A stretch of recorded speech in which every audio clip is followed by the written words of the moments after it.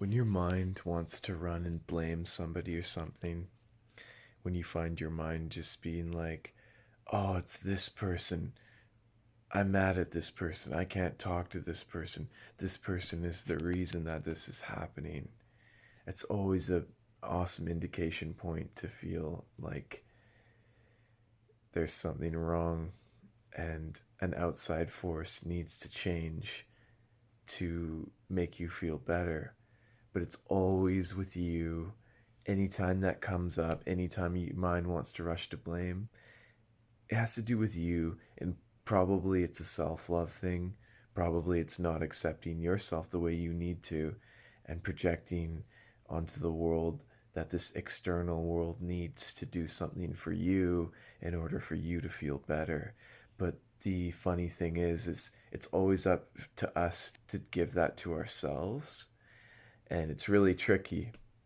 So I wanted to share that message of when your mind wants to run to blame, it wants to run to do this for me, it's your fault, you're a bad person, because of you this happens. That's all a bullshit story.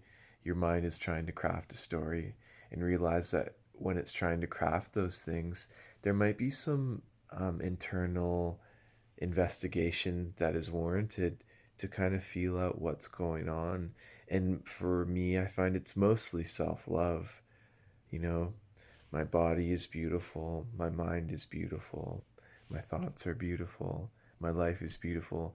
Maybe some gratitude, and to really feel that. And I've talked about this before, that gratitude is an acquired skill, it's a cultivated and maintained skill. So typically it's something that we're not very good at, and we need to work to feel it and to grow those levels. So whenever your mind wants to rush to blame, whenever it wants to become an island and it wants to be alone and say that other people aren't like you, that's just part of the story, and that story causes pain. So when it pops up, realize it's not true, it's never true, and then kind of ask yourself, maybe sit with yourself and sit with your feelings, knowing it's not true and seeing what pops up. Because sometimes we want to superimpose a quick answer about what we need for ourselves, and maybe patience and feeling is what needed.